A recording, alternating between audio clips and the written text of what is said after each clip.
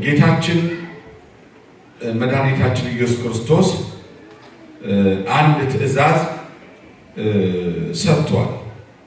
የአባቴን ቤት የንግድ ቤት አታድርጉት ነው ያለው። አሁን ይሄ እንግዲህ ትእዛዝ ነው አይደለ? የአባቴን ቤት ምን አታድርጉት? የንግድ ቤት አታድርጉት ትእዛዝ ታዘናል። ማን ያዘዘን? ቀላል ሰው አይደለም። አንድ ተራ ሰው ወይም አንድ ሹም ወይም አንድ ቤተክርስቲያን መጋቢ ነው እንዴ ያዘዘን? ወይም የሀገረ ስብከታችን ሊቀ ጳጳስ ወይም ከቅዱስ ሲኖዶስ ጽሕፈት ቤት አይደለም ይህ ትእዛዝ የመጣው። ይሄ ትእዛዝ የማ ትእዛዝ ነው? ድምፅ አባካችሁ ተናገሩ። ሞከራችሁ። የማ ትእዛዝ ነው? የእግዚአብሔር ትእዛዝ ነው። ቀጥታ ደግሞ ቃሉ ከማን አፍ ነው የወጣው? ከጌታችን ከመድኃኒታችን ከኢየሱስ ክርስቶስ። እዚህ ያለነው ሁላችን ከእኔ ጀምሮ ጌታችን መድኃኒታችን እሱ አምላካችን ኢየሱስ ክርስቶስን በፍጹም ፍቅርና ትሕትና እንታዘዘዋለን ወይስ አንታዘዘውም? እስኪ እታዘዝሃለሁ በሉ። ጌታዬ ሆይ እታዘዝሃለሁ። በእውነቱ በፍጹም ልባችን ለመታዘዝ መዘጋጀት ነው። እኔ እታዘዛለሁ፣ እናንተም እንዲሁ። ደግሞ በእውነቱ እንዲሁ ብቻ ስለማይሆን በቸርነት አንተ እርዳን እንለዋለን። እንድንታዘዘው ማለት ልናምጽበት ሳይሆን ልንታዘዘው በደስታ ማለት ነው። አንዳንድ ጊዜ የምንወደውን እና እጅግ የምናከብረውን ሰው መታዘዝ በጣም ያስደስታል አይደለም? ለዚህ ዓለም ክፉ አስተዳዳሪዎችና ክፉ ገዢዎች በጭቆና መታዘዝ ነው እንጂ ሰውን የሚያስከፋው ያልጎመጎመ እያጉረመረመ የሚሰራው የፍቅርን ጌታ መስቀል ተሸክሞ እያከበር እጅግ የወደደን እግር የሚያጥብ የባሮቹን የእጁን ስራዎች እግር ያጠበ በአህያ የተቀመጠ እንዲህ ያለ ደግ ቸር ጌታንማ አሜን እንታዘዘዋለን። አሁን እንታዘዘዋለን፣ የማይታዘዘው እንዳይኖር። ስለዚህ ትእዛዙ ዛሬ ምንድን ናት? የአባቴን ቤት የንግድ ቤት አታድርጉት። በቃ ቀላል ነው። ጌታችን ቅድም ቀሲስ ሙሴ የሚያስተማሩ ነው እንግሊዝኛ ልጆቻችንን እያስጠኑ የአይሁድ ፋሲካ ቀርቦ ነበር ነው ወቅቱ። ዛሬ ምንድን ነው ብለውናል? ምኩራብ ማለት ነው። ምኩራብ ቀጥታ ትርጉሙ ስያሜው የቅዱስ ያሬድ ነው። በቀደም ዶክተር ሰሎሞን እያንዳንዱ ሰንበቶች አስጨብጦናል። ምኩራብ እንግዲህ ቤተ መቅደስ ማለት ነው። በቀጥታ ምኩራባት የሚባሉት ቤተ መቅደስ በኢየሩሳሌም በብሉይ ኪዳን አንድ ነው። እሱም የት ያለው ነው? ኢየሩሳሌም ላይ ያለ ብቻ ነው። መስዋዕት የሚሰዋው ከዳን እስከ ቤርሳቤ በዓመት 3 ጊዜ የእስራኤል ልጆች በጉን እያንዳንዱ እንደየአቅሙ ማለት ነው። እግዚአብሔር ለሁሉም እንደየአቅሙ ለእግዚአብሔር መስዋዕት የሚያቀርብበት ስራ ሰርቷል። ያላቸው ኮርማውን የሰባውን በሬ ይዘው መምጣት ይችላሉ። መካከለኛው የበግ የፍየል ጠቦት ይዘው መምጣት ይችላል። ምንም የሌላቸው ደግሞ ሶስተኛውን የድሆች መስዋዕት የሚነግረኝ አቤት ርግብና የዋኖስ ጫጩቶች እነዚህ የመጨረሻዎቹ ናቸው። ርካሽ ናቸው፣ ድሃ የሚያገኛቸው እነዚህን ጫጩቶች ወይም ደግሞ የእርግብና ዋኖስ ይዞ ይመጣል። የመጨረሻ ይሄ የድሃ መስዋዕት ነው። እግዚአብሔር እኩል ነው የሚያከብረው። እመቤታችን የሰዋችው የትኛውን ነው? የድሆችን መስዋዕት መደቧን የት ውስጥ ነው ያደረገችው? በጣም ይገርማል። ጌታን በ40 ቀን ወደ ቤተ መቅደስ ይዘው ሲወጡ ይዘው የመጡት የመጨረሻውን የድሆች ደረጃ ነበር።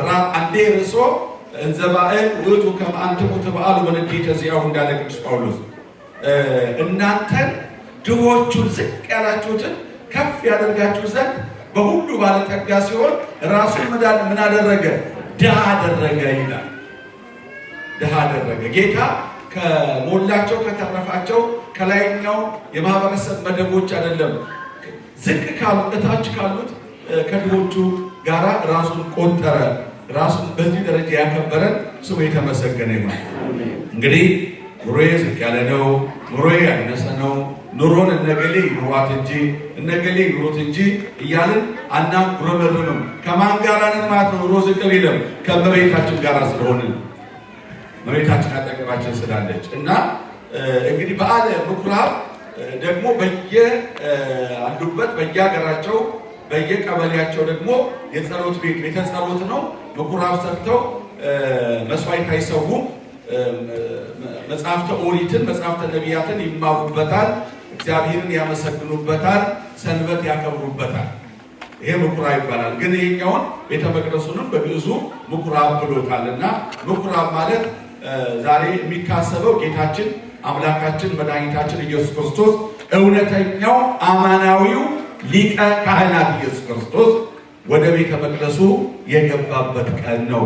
በምድረ ፍልስጤም በምድረ እስራኤል ወንጌል እያስተማረ ስለነበረ መድኃኒታችን ኢየሱስ ክርስቶስ በዓለ ፋሲካ ወይም የአይሁድ ፋሲካ ቀርቦ ነበር።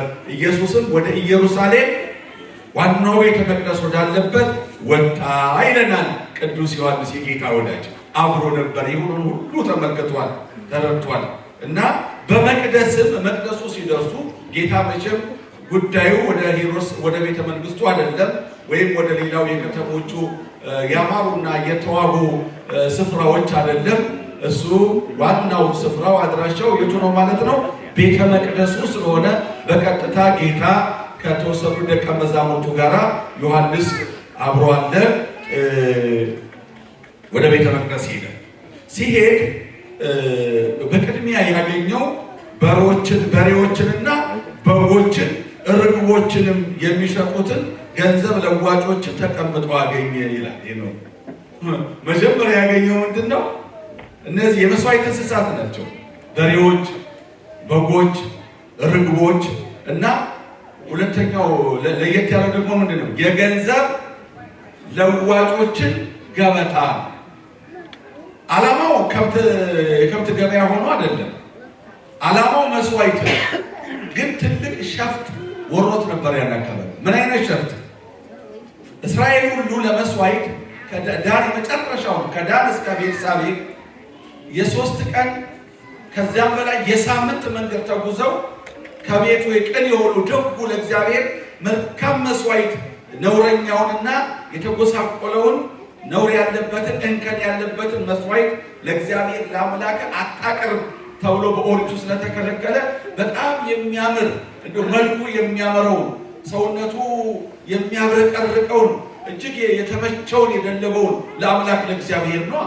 ሰው ይዞ ሲመጣ ብሎ እንዳገኝ ብድግ አድርጎ አይመጣምና ደጋጎቹ ያንን እየነዱ ሲመጡ ከብቱ በረጅም ጉዞ ውሃ ይጠማዋል፣ ሳር አያገኝም።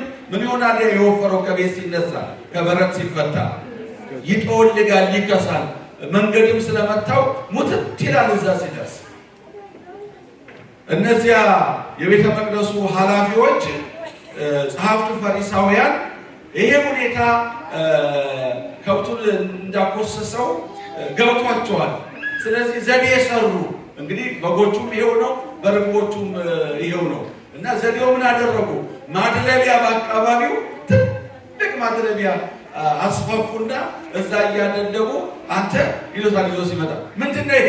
የሞተ ሬሳ ይዘህ የመጣ ለእግዚአብሔር ነው የሚያመጣው? ኦሪቱ ይህንን ነውር ያለበትን አታምጣ እያለች እንዴት ብትደፍር ነው ይሉታል። ድንግጥ ይላል። ካህን ሲገስጸው ይደነግጣል። ያኛው ደግሰው ካህን ሲቆጣው አያኮርፍም፣ አይቆጣም፣ አይበሳጭም። ምን አገባህ አይልም። ይርበታል፣ ይርበተበታል። ደጋጎቹ አይደለም አባታችን አይደለም የእግዚአብሔር ሰው ሆይ ለካ አንድነት ወደ ወዲያ አትበል ብሎኛል።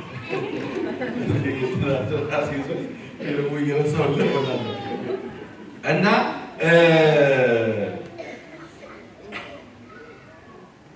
ይርበተበታል።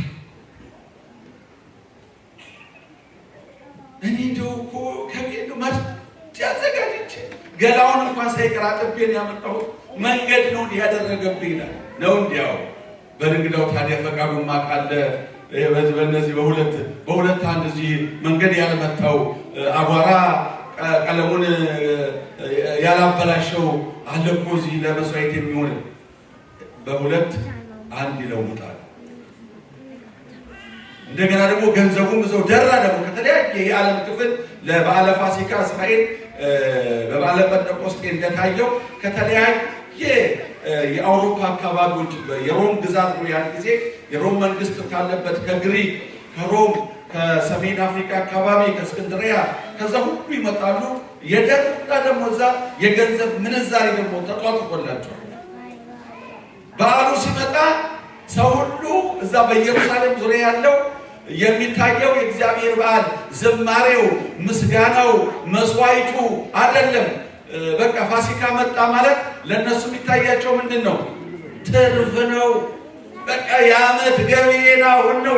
አሁን አንዳንድ ቦታ አንዳንድ ገዳማት በእውነቱ እንዲህ ቦታውን ያዛቡ ሰዎች አሉ።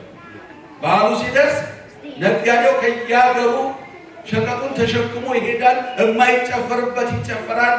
መጠጡ ነው ምን በቃ ዓለም 9 አድርጎት ቁጭ ያለው ቫኬሽን ይሆናል ማለት ነው። አንዳንድ ቦታ መጥቀስ ስለማያስፈልግ ነው እንጂ ታውቁታላችሁ። አንዳንድ ሰዎች ምንም በሃይማኖቱ ያን ያህል አይደሉም፣ በወንጌሉ ያን ያህል አይደል ያልሆኑ ሰዎች እንደ ዓመት እንደዚህ ይጎርፋሉ ወደዛ ቦታ። እዛ ሄደው ታዲያ በአቅራቢያ ከተሞች በጣም በኃጢአት በመስከር በማመንዘር የማይገባ ስራ ሲሰሩ ውለው አድረው እገሌን ቅዱሱን እገሌን አከበርን ብሎ መመለስ እንዴት ያለ አሳዛኝ ነገር ነው። ብዙ እንደዚህ አይነት ነገር አለ።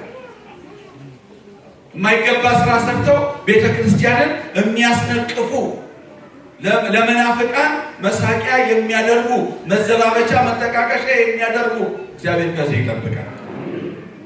ይሄንን እስራኤል በዚህ ተሞልታ ነበር። በቃ ፋሲካ ዋናው በዓል የምስጋና በዓል ከባርነት ነፃ የወጡበት ከግብፅ የወጡበት በዓል መሆኑ ቀርቶ የንግድ በዓል አደረጉት። ካህናቱም እዛው ተዘፈቁበት። ጌታ ይህን ነገር አናደደው። እስመ ቅንዓት ቤትከ በለዓኒ የቤትህ ቅናት ቅዱስ ዳዊት ያለው ነው። ቅዱስ ዳዊት በትንቢት ተናግሮታል። ቅዱስ ዳዊት ለእግዚአብሔር ቤት የሚቀና የእግዚአብሔር ቤት ፍቅር ያለው በቃ ምን ጎደለ የሚል ነበረ ቅዱስ ዳዊት። መዝሙር 68 ቁጥር 9 ላይ እስመ ቅንዓተ ቤትከ በለዓኒ ትዕይርቶሙ ለእለ ይትዔየሩከ ወድቀ ለዓሌ የቤትህ ቅናት አቃጠለኝ። እግዚአብሔር አምላክ የቅዱስ ዳዊትን መንፈስ ያሳደረብን። አሁን የቅዱስ የቤቱ ቅናት ያቃጠላቸው የአብነት ትምህርት ቤቱ የገዳማቱ የኢትዮጵያ ቅዱሳን መካናት ቅናት ሊያቃጠለን ይገባል። ኮስሰው ወድቀው የሚረዳቸው አጥተውና ይህን ያደረጋቸው እግዚአብሔር ይባርካቸው። እዚህም ባለንበት እባካችሁ ሌላውን እንደው እርስ በርሳችን ያለውን የጎን ለጎን መተያየት መጎሸማመት ሌላ ነገር ትተን ማለት ነው። በዚህ በድፍረት ልናገር። በዚህ በውጭዋ ቤተክርስቲያን ገና ቀደም ያሉ መጥተው ቤተክርስቲያን ሲመሰረቱ የነበረው ነገር ለእግዚአብሔር ደስ የሚያሰኝ አልነበረም። ደጋጎቹ ምዕመናን አስራት በኩራት ይሰጣሉ። ቤተ እግዚአብሔር ልናቋቁም ነው ሲሏቸው ካላቸው ይሰጣሉ። ቤተ እግዚአብሔር ትቋቋማለች። ግን ውስጥ ውስጡን ለእግዚአብሔር ሁሉም ራሱን የሰጠ ሆኖ ነበሩ የተገኘው አይደለም። ፖለቲካው ይካሄዳል፣ ጎሰኝነቱ ይካሄዳል። አንዳንዱ ደግሞ በቃ ራሱን በእግዚአብሔር ቤት ላይ ከፍ አድርጎ ሹመትም ያደረገው አለ። ይህን እግዚአብሔር አይወድም። የአባቴን ቤት የምን ቤት አታደርጉት? የንግድ ቤት አታደርጉት አለና እስመ ቅንዓተ ቤትከ በለዓኒ የቤትህ ቅናት ምንድን ነው ያለው?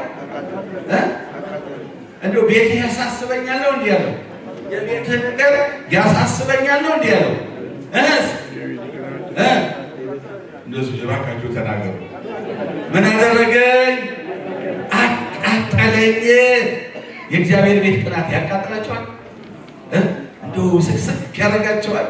እጅግ ሙላ ደግሞ ይጎድሏል። እንዲህ እናሳምረው፣ በዚህ እንዲህ እናድርገው የሚል ተነሳሽነት እባካችሁ ያቃጥላል። የእግዚአብሔር የቤቱ ቅናት የእግዚአብሔር ፍቅር ካለ የእግዚአብሔር ቤት ቅናት ያቃጥላል እና ቅዱስ ዳዊት የቤትህ ቅናት አቃጠለኝ ብሎ ለልዑል እግዚአብሔር ቤተ መቅደስ ለመስራት ተዘጋጀ። ለካ ይሄ ለኋላ ዘመን በመንፈስ ትንቢት የተናገረው ነው። ለካ ጌታ ነው።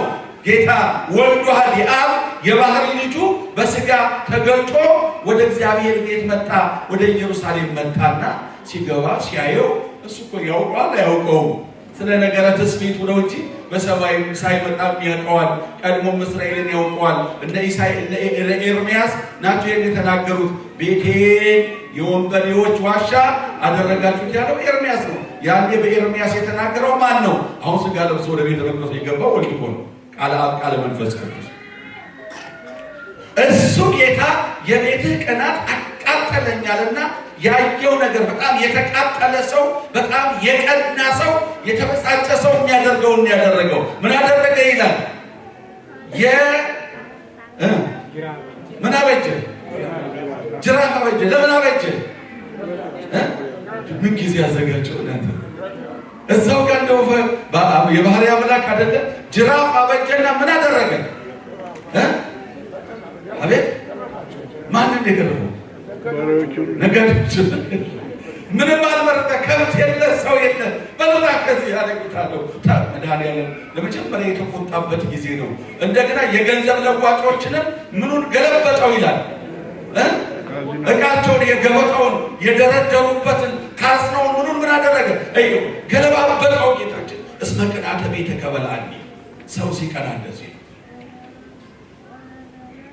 ሁሉም ግራ ተጋብቶ የጀመረ ምንድነው ነገሩ? ምንድነው? ማን ነው እሱ? የናዝሬቱ ኢየሱስ ነው። ጌታችን አልታወቀም እንዴ ነው? እንዲያው የአባቴን ቤት የንግድ ቤት አታደርጉት። የምን ቤት ነው አለ?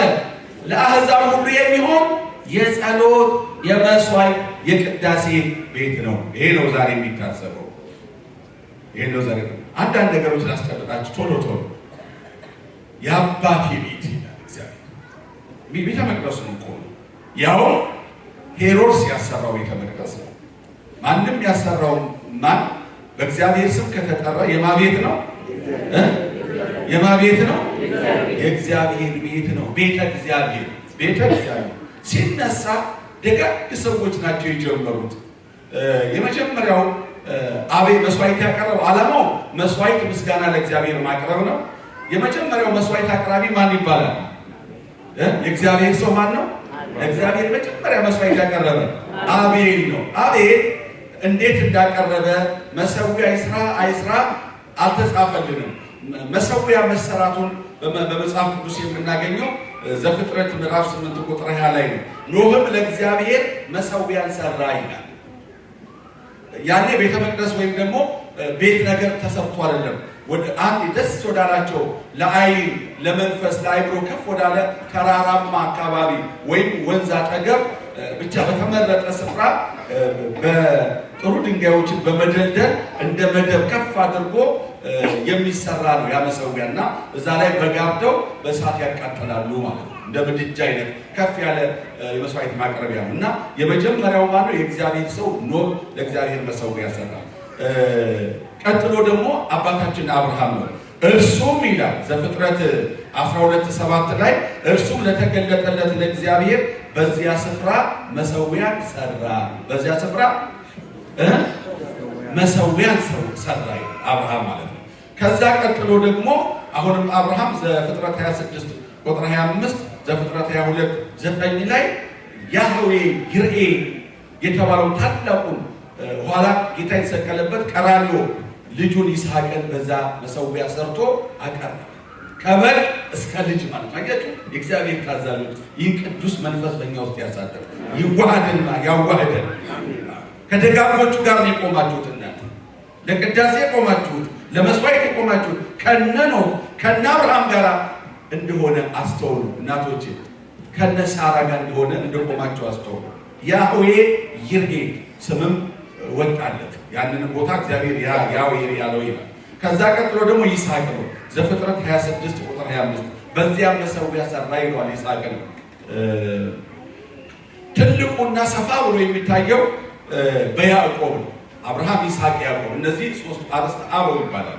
አብርሃም፣ ይስሐቅ፣ ያዕቆብ። ያዕቆብ ምን አለ? ወደ ሶሪያ ተሰዶ ሲሄድ ያው ሎዛ ላይ መሽቶበት ሌሊት ድንጋይ ተንተርሶ በዛ ተኝቶ ነበር። እንግዲህ ከወንድሙ ከኤሳው ጋር ባለው አለመግባባት ሁኔታ እናቱ ርብቃ ሰግታ ወደ እሷ ቤተሰቦች ወደ ሶሪያ ስትልከው አቋርጦ ከምድረ እስራኤል ወደ ሶሪያ ሲሄድ መንገድ ላይ መሽቶበት ድንጋይ ተንተርሶ በተኛበት ታላቅ ራእይ አየና ከምድር እስከ ሰማይ መሰላል ተተክሎ መላእክት ሲወጡ ሲወርዱ ነው ያየው። ያንን ከተመለከተ በኋላ ከእንቅልፉ ነቅቶ ምን አለ? በእውነት እግዚአብሔር በዚህ ስፍራ ነው፣ እኔ አላውቅም ነበር አለ። ፈራ፣ እንዲህም አለ፣ ይህ ስፍራ እንዴት ያስፈራ! ይህ ስፍራ እንዴት ያስፈራ! የእግዚአብሔር ቤት ነው እንጂ ሌላ አይደለም፣ ይህም የሰማይ ደጅ ነው አለ ይላል። ከዚያም በላዩ ዘይት አፈሰሰበት፣ ያዕቆብም ያንን ስፍራ ቤቴል ብሎ ጠራው ይላል። ዘፍጥረት 28 ቁጥር 6 እስከ 2 በምልአተ ንባብ ከቁጥር 10 እስከ 22 ቤቴል አሁን ስያሜ ተሰጠው። ቤተ ክርስቲያን ደብረ ምሕረት፣ ደብረ መዊ፣ ደብረ ኃይል፣ ደብረ ሰላም ብላ ተሰይማለች። አድባራቱ ዘይት በዘይትም ይቀብራል። ቤቱ ከተሰራ በኋላ ዝም ብለን አንድ አዳራሽ ገብተን ቤተ እግዚአብሔር አንልም እኛ። በቅብአ ሜሮን በቅብአ ቅዱስ ጳጳስ ሊቀ ጳጳስ ከሌለ ቆሞስ በሊቀ ጳጳሱ የተወከለ ቆሞስ ጸሎት አለ እየተጸለየ ማህሌታውያኑ እየዘመሩ ምስባክ እየተሰበከ ዙሪያውን በወይራ ቅጠል በወይራ ዘይት ይቀባል ማለት ነው። ልክ ያዕቆብ የጀመረው ነው ቤቱን ማክበር። መንፈስ ቅዱስ ከዛ በኋላ ያከብረዋል፣ ከዛ ይሰየማል።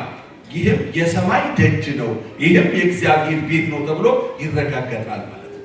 የሰማይ ደጅ ቤተ ክርስቲያን የምን ደጅ ናት? የሰማይ ደጅ ናት። በዚህ ትይዩ ከምድር እስከ ሰማይ ምን ተተክሏል?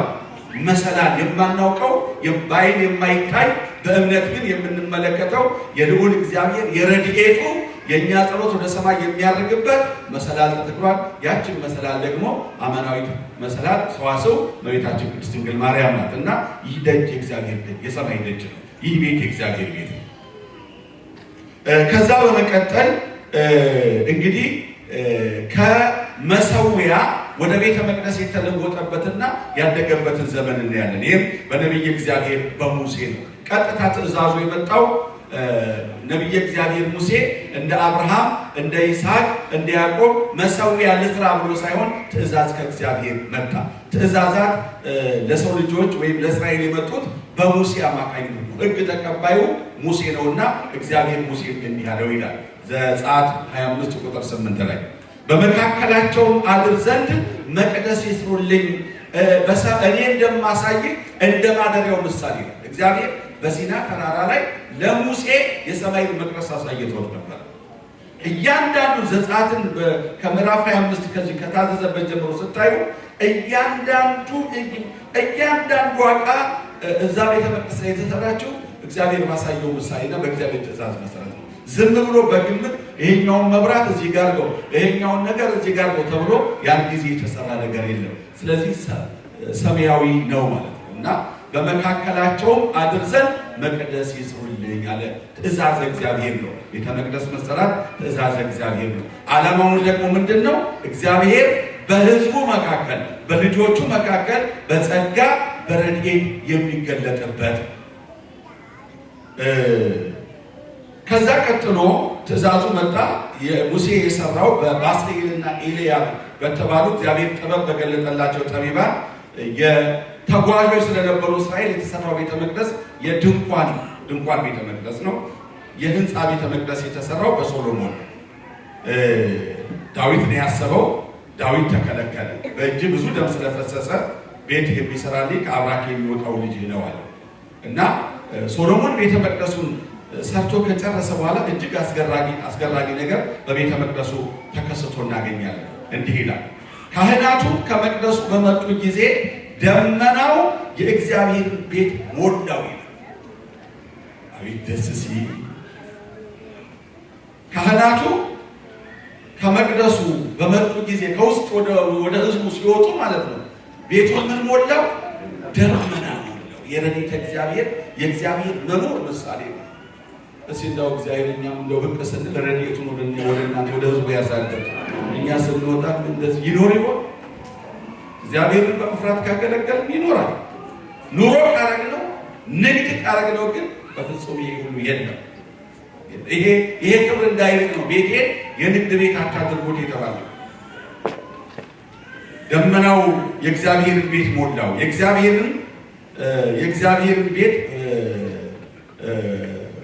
የእግዚአብሔርን ቤት ሞልቶት ነበርና ካህናቱ ከደመናው የተነሳ ለማገልገል ይቆሙ ዘንድ አልቻሉም ይላል። አንደኛ ነገሥት ምዕራፍ 8 ቁጥር 10 ቁጥር 27 ቁጥር 31 እስከ 53 ማለት ደመናው ቤቱን ስለሞል ጥቅጥቅ አለ። ይገርማል። ደመና ያውቃል ይገፋል እንዴ?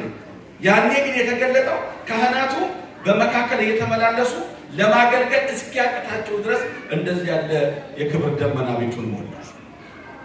የእግዚአብሔር ቤት እንደዚህ ነው። የእግዚአብሔር ሰዎች ከታች አመጣጡን ላሳያቸው ብዬ ከዚያ ራእይ 11:19 ላይ በምድር ብቻ ሳይሆን በአዲስ ኪዳን በሰማይ ቤተ መቅደስ እንዳለ ያሳየናል። በሰማይም ያለው የእግዚአብሔር መቅደስ ተከፈተ፣ የቃል ኪዳኑ ታቦት ታየ ይላል። በራእይ ዮሐንስ አሁንም እንደገና ራእይ 11:1 ላይ በትር የሚመስል መለኪያ ለእኔ ተሰጠኝ፣ እንዲህም ተባለልኝ፣ ተነስተህ የእግዚአብሔርን መቅደስ መለኪያውን መሠዊያውን ለካ፣ በዚያም የሚሰግዱትን ለካ አለኝ ይላል። ሌላው የምዕመናን ሕይወት ቤተ መቅደስ ነው። ጌታ ራሱ ቤተ መቅደስ ይባላል። ራእይ 21:22 በሰማይ ስላለ ቤተ መቅደስ ሲናገር ኢየሩሳሌም ሰማያዊትን እግዚአብሔር የሰራትን ከተማ ለዮሐንስ ካሳየው በኋላ በዚያም መቅደስ አላየሁም፣ ሁሉን የሚገዛ ጌታ አምላክና በጉ መድኃኒዓለም ነው በጉ መቅደሷ ናቸውና ይላል። እንዴት ያለ ይሆን እግዚአብሔር በትቺ አገልግለን በዛ አይን ባላየችው ጆሮ ባልሰማችው በሰው ልብ ባልታሰበ መቅደሷ እግዚአብሔርና በጉ ነው የተባለለት መቅደስ ውስጥ ለመግባት ያውቃን እግዚአብሔር። ለዚህ ያክብር ነው ዛሬ የምንጋደለው፣ ዛሬ የምንተጋው። ሌላው ሕይወተ ምዕመናን ነው። እያንዳንዱ የምዕመናን አንድ ምዕመን ቤተ መቅደስ ነው። አንድ በነጠላ ማለት ነው።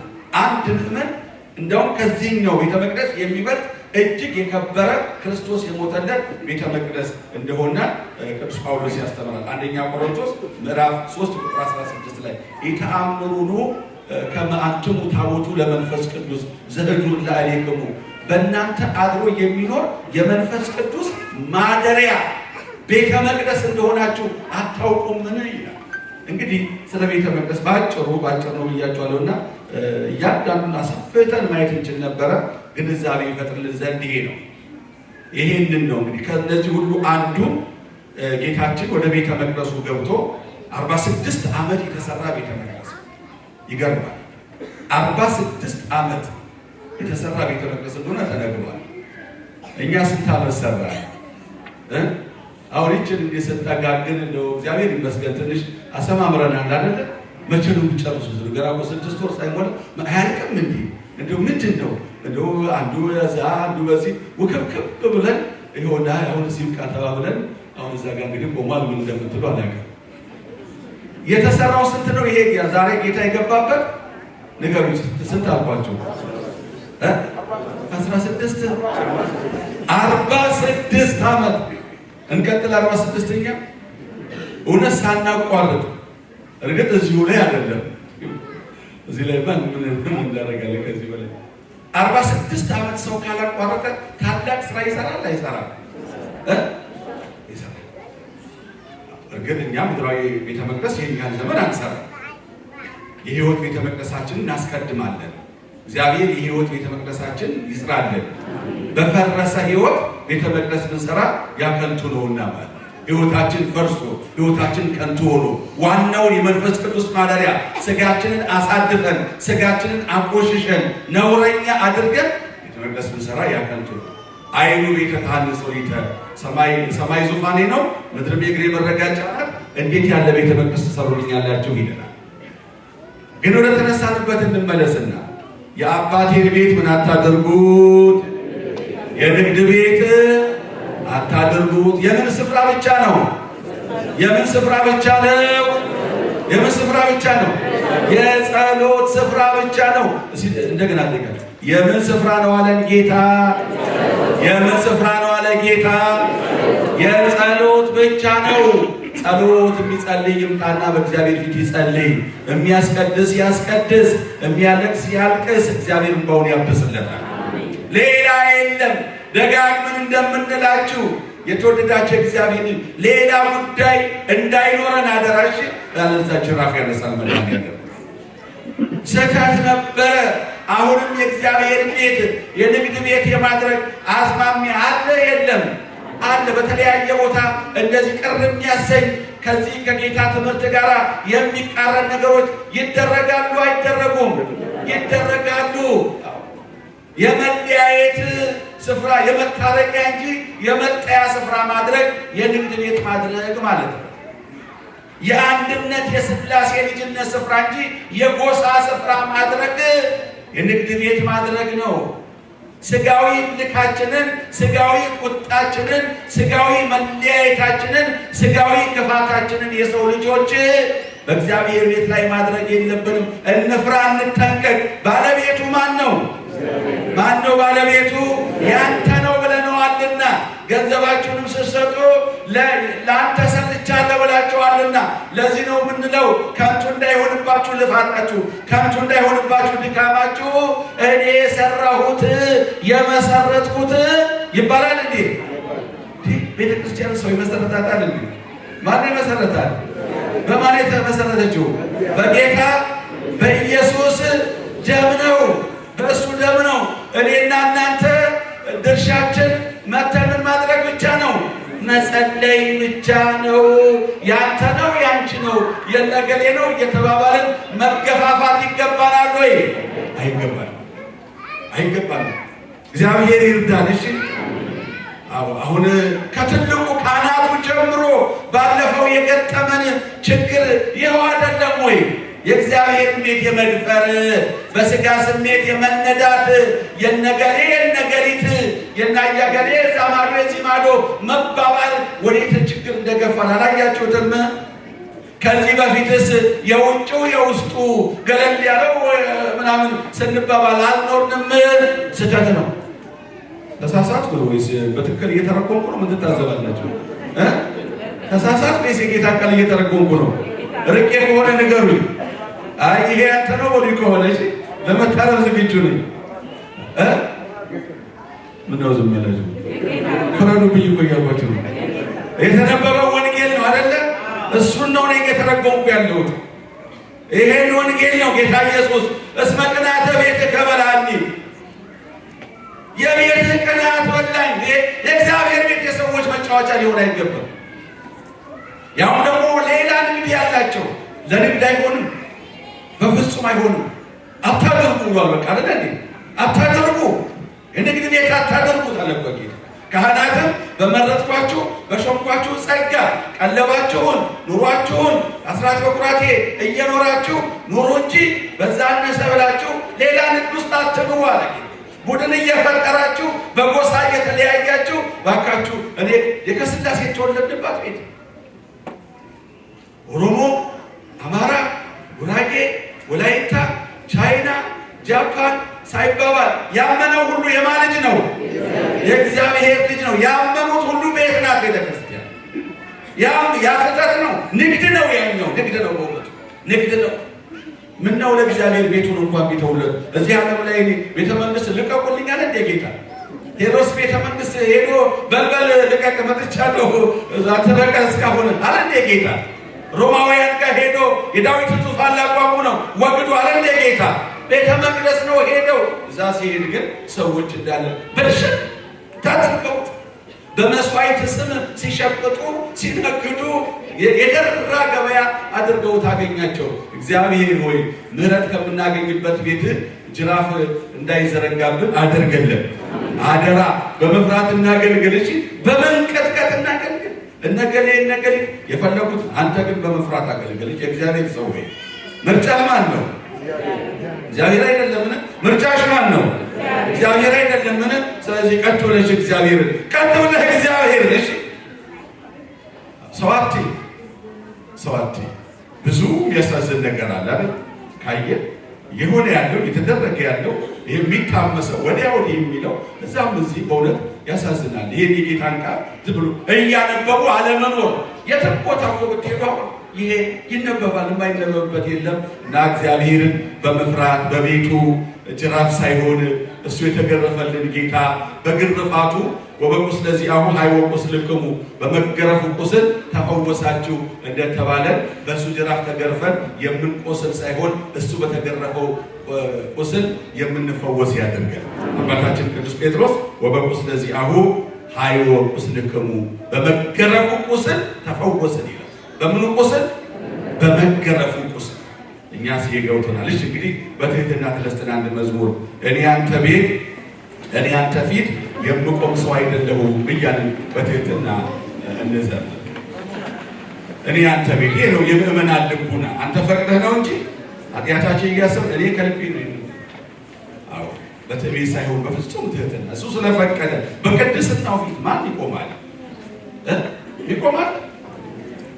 እንስሳ እንኳን ተራራውን ቢነካ ተወግሮ ይሞት ተብሏል። ሲና ተራራ አሁን ፈቅዶልን በደሙ ታርቆን በደሙ ምሮን በደሙ ቀድሶን ነው እንጂ በፍጹም በቅድስናው ፊት ሰው ሊቆም አይቻለው። እኔ አንተ ፊት እኔ አንተ ቤት የምቆም ሰው አይደለሁም። እኔ አንተ ቤት እኔ አንተ ፊት የምቆም ሰው አይደለሁም። ግን ፍቅር ነህ ለዘላለም የሚመስልህ ማንም የለም። ግን ፍቅር ነህ ለዘላለም የሚመስልህ ማንም የለም። እኔ አንተ ቤት እኔ አንተ ፊት የምቆም ሰው አይደለሁም። እኔ አንተ ቤት እኔ አንተ ፊት የምቆም ሰው አይደለሁም። ግን ፍቅር ነህ ለዘላለም የሚመስልህ ማንም የለም። ግን ፍቅር ነህ ለዘላለም የሚመስልህ ማንም የለም። ጸሎቴ ቢሆን ለወረት ጎደሎ ቢሆን የኔ እምነት ባረከኝ እኔ ከሰማይ በደል ጥፋቴንም ሳታይ ቀባኸኝ ጠርተህ ከዱር ሰጠኸኝ ገፊያ ለወንበር ሳይኖረኝ አንድ በጎነት ባረከኝ በእጅህ በረከት። እኔ አንተ ቤት እኔ አንተ ፊት የምቆም ሰው አይደለሁም። ግን ፍቅር ነህ ለዘላለም የሚመስልህ ማንም የለም። ግን ፍቅር ነህ ለዘላለም የሚመስልህ ማንም የለም። እኔ አንተ ቤት እኔ አንተ ቤት እኔ አንተ ፊት የምቆም ሰው አይደለሁም። ግን ፍቅር ነህ ለዘላለም የሚመስልህ ማንም የለም። ግን ፍቅር ነህ ለዘላለም የሚመስልህ ማንም የለም። ቃል ኪዳንህን አክባሪ ታማኝ ነህ ሁሌ መሐሪ የማልከውን መሐላ አትረሳም አትልም ችላ። መካሪ ድንቅ መምህሬ ላንተ ነው ዜማ መዝሙሬ። ፍቅር ነህ ከአባትም በላይ የሰማይ የምድር ሲሳይ። እኔ አንተ ቤት እኔ አንተ ፊት የምቆም ሰው አይደለሁም።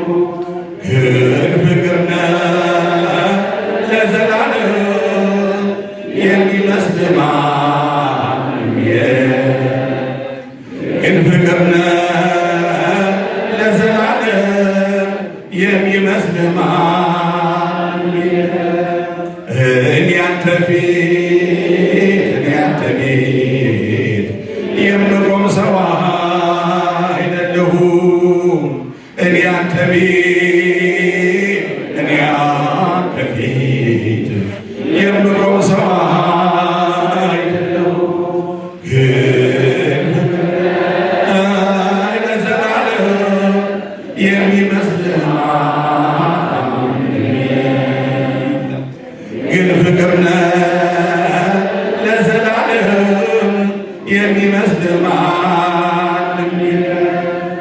መሻቴን ብቻ ስላየ ደካማ ልጅን ጎበኘ። ብቃቴ መቼ ሆነና ያቆመኝ ላንተ ምስጋና። አንኳኩ ስላልክ አንኳኳሁ፣ ጠይቁ ስላልክ ጠየቅኩኝ። ከፍተሃል በርህን ለኔ የታተምኩብህ መድኔ። እኔ አንተ ፊት የምቆም ሰው አይደለሁም። እኔ አንተ ፊት የምቆም ሰው አይደለሁም። ግን ፍቅር ነህ ለዘላለም የሚመስል ማንም የለም። ግን ፍቅር ነህ ለዘላለም የሚመስል ማንም መሻቴን ብቻ ስላየ ደካማ ልጅን ጎበኘ። ብቃቴ መቼ ሆነና ያቆመኝ ላንተ ምስጋና። አንኳኩ ስላልክ አንኳኳሁ፣ ጠይቁ ስላልክ ጠየቅኩኝ። ከፍተሃል በርህን ለኔ የታተምኩብህ መድኔ። እኔ አንተ ፊት የምቆም ሰው አይደለሁም። እኔ አንተ ፊት የምቆም ሰው አይደለሁም። ግን ፍቅር ነህ ለዘላለም የሚመስል ማንም የለም። ግን ፍቅር ነህ ለዘላለም የሚመስል ማንም የለም። እኔ አንተ ፊት የምቆም ሰው አይደለሁም። እኔ አንተ ፊት የምቆም ሰው አይደለሁም። ግን ፍቅር ነህ ለዘላለም የሚመስል ማንም የለም። ግን ፍቅር ነህ ለዘላለም የሚመስል ማንም የለም። አዎ ያለፈ ጉዟችንን ስናስበው ፈጽሞ እግዚአብሔር ፊት ልንቆም ልንቀርብ የማይገባን እሳት የሚበላን በጣም ብዙ ነበር። ግን እሱ ቸር ፍቅር ስለሆነ አንኳኩ ይከፈትላችኋል፣ ፈልጉ ታገኛላችሁ፣ እናንተ ደካሞች ወደ እኔ ኑ ሸክማችሁ የከበደ ሁሉ እኔ አሳርፋችኋለሁ ስላለ ሊያሳርፈን በፊቱ ሰብስቦናል እንጂ የተገባ የበቃል ስለሆን አይደለም። በቸርነቱ የሰበሰበ ለመስዋዕት ለምስጋና ያቆመን ክብር ምስጋና ውዳሴ አምልኮ ለገናና ስሙ ይሁን። ጌታ አማናዊት መቅደስ ጌታን 9 ወር ከ5 ቀን በማኅፀኗ የተሸከመች የጌታ እናት ኪሩባዊት መቅደስን በቤታችን በረከቷ ጸጋዋ ሀብቷ ይደረብን። በሰማይ መቅደስ በእግዚአብሔር ፊት በሥላሴ ፊት የሚቆም የሥላሴ ባለሟል የወዳጁ የቅዱስ ገብርኤል ጠባቂነት ረድኤት አይለየን።